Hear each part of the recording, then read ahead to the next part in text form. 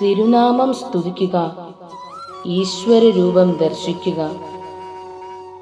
ഈശ്വരനും ആത്മാവും ഒന്നാണ്.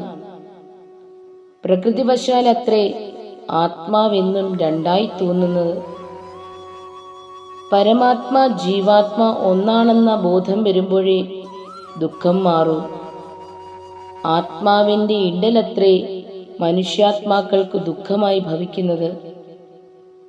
നമ്മിൽ നിന്ന് കുട്ടിയുണ്ടായാൽ, ഭിന്ന സ്വഭാവമായാൽ പിതാവിന് ദുഃഖം എന്നതുപോലെ സൃഷ്ടാവിന് ദുഃഖമുണ്ട്.